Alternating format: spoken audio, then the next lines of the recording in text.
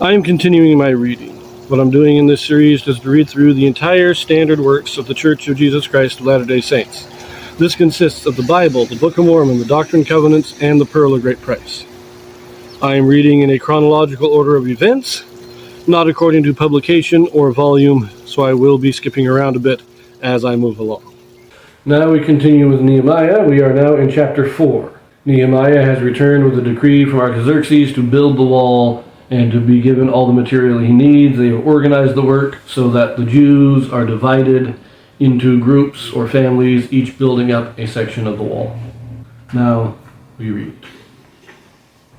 Their enemies seek to prevent Jews from rebuilding walls of Jerusalem. Nehemiah arms the laborers and keeps the work going forward. But it came to pass that when Sanballat heard that we builded the wall, he was wroth, and took great indignation, and mocked the Jews. And he spake before his brethren and the army of Samaria, and said, What do these feeble Jews? Will they fortify themselves? Will they sacrifice? Will they make an end in a day? Will they revive the stones out of the heaps of the rubbish which are burned? Now Tobiah the Ammonite was by him, and he said, Even that which they build, if a fox go up, he shall even break down their stone wall. Hear, O our God, for we are despised, and turn their reproach upon their own head, and give them for a prey in the land of captivity. And cover not their iniquity, and let not their sin be blotted out from before thee, for they have provoked thee to anger before the builders. So built we the wall, and all the wall was joined together unto the half thereof, for the people had a mind to work. So these other people, Sanballat, Tobiah, they're all mocking the Jews. Look at this, look at what they're building. A fox will knock that over. It's so lame. It's just pathetic what they're doing. And then we get Nehemiah's prayer that God will turn their mockery back against them. But I like that last part there. They had a mind to work. The wall was progressing quickly. They were building it up. Because the people, the Jews, had a mind to work. They wanted this done. And so they were working as hard and as fast as they could. The question is, in our life, when we go to do a job, especially when we go to do the work of the Lord, do we have a mind to work? Are we really putting our full effort into it? Verse 7. But it came to pass that when Sanballat and Tobiah and the Arabians and the Ammonites and the Ashdodites heard that the walls of Jerusalem were made up, and that the breaches began to be stopped, then they were very wroth, and conspired all of them together to come and to fight against Jerusalem and to hinder it.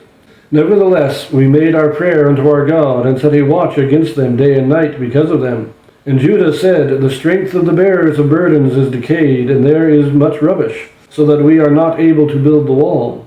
And our adversaries said, They shall not know, neither see, till we come in the midst among them, and slay them, and cause the work to cease. And it came to pass that when the Jews which dwelt by them came, they said unto us 10 times, From all places whence ye shall return unto us, they will be upon you. So all these other guys, they're forming a conspiracy, and they're joining their armies together, and their plan is the sneak attack. They say they're not even going to know we're there until we're in the middle of Jerusalem where we're killing them all, because they don't want Jerusalem rebuilt. Now, it has here the Ammonites, the Arabians, and the Ashdodites. Now, the Arabians, those are the descendants of Ishmael, the son of Abraham. There's also others among them. There are also the Midianites. These people, they're the nomads of the south. The Ammonites, they're the descendants of Lot. We know who the Ammonites are, just east of Israel. The Ashdodites. Ashdod is one of the 5 cities of the Philistines. So we have mostly descendants of Abraham or Lot, and mixed in with some pagans here. And they're all coming in to destroy Jerusalem. But some Jews overhear their plans, and they come to Jerusalem, and they warn them, look, the people are coming from all directions. They are going to surround the city. But they're given warning. Verse 13. Therefore set I in the lower places behind the wall, and on the higher places I even set the people after their families with their swords, their spears, and their bows. And I looked and rose up and said unto the nobles and to the rulers and to the rest of the people, Be not ye afraid of them. Remember the Lord, which is great and terrible, and fight for your brethren, your sons and your daughters, your wives and your houses. And it came to pass, when our enemies heard that it was known unto us, and God had brought their counsel to naught, that we returned all of us to the wall, every one unto his work. And it came to pass, from that time forth, that the half of my servants wrought in the work, and the other half of them held both the spears and shields, and the bows, and the habergeons, and the rulers were behind all the house of Judah. They which builded on the wall, and they that bare burdens, with those that laded, every one with one of his hands wrought in the work, and with the other hand held a weapon. For the builders, every one had his sword girded by his side, and so builded, and he that sounded the trumpet was by me. So the army comes and surrounds the city, but when they get there, Nehemiah, he's gotten the word that they're coming, he arms the people, and he stations them all along the wall. Archers up top, swordsmen down bottom. And when the army gets there, they see that the Jews are ready to defend themselves. This isn't going to be a sneak attack anymore. And so they hold back and say, okay, well, without the sneak attack, they're hesitant to do anything. And when Nehemiah realizes this, is okay, we can start the work again, but everybody keep your weapon on you. He said half the people are just standing guard and the other half are doing the work. But even those who are doing the work have their weapons on them. And so they go back to work, cautiously, constantly on the ready to defend themselves. Verse 19. And I said unto the nobles, and to the rulers, and to the rest of the people, the work is great and large, and we are separated upon the wall, one far from another.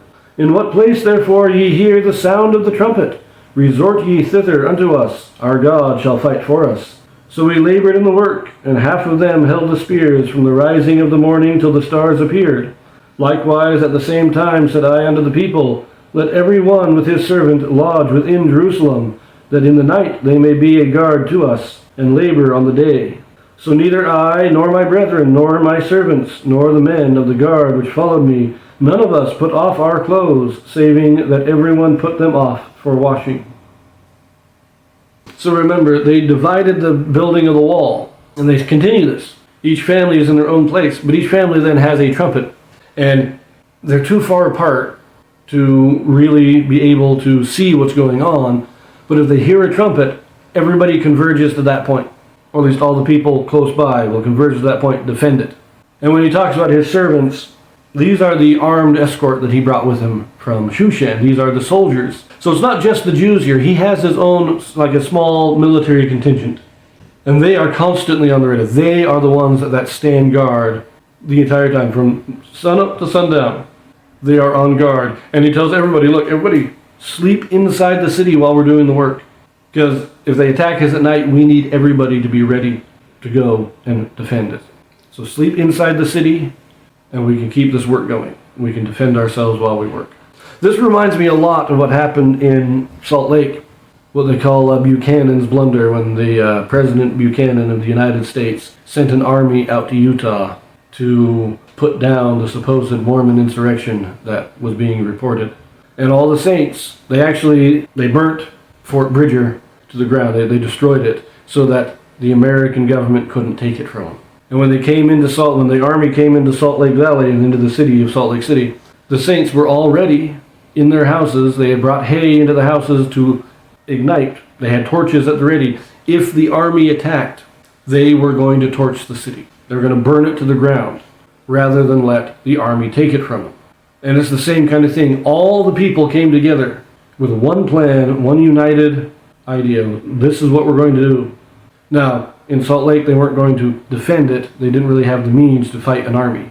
But back in the days of Nehemiah, most armies were, 80% civilians that were conscripted into it, and then 20% professional soldiers. So the Jews could defend themselves against that kind of an army.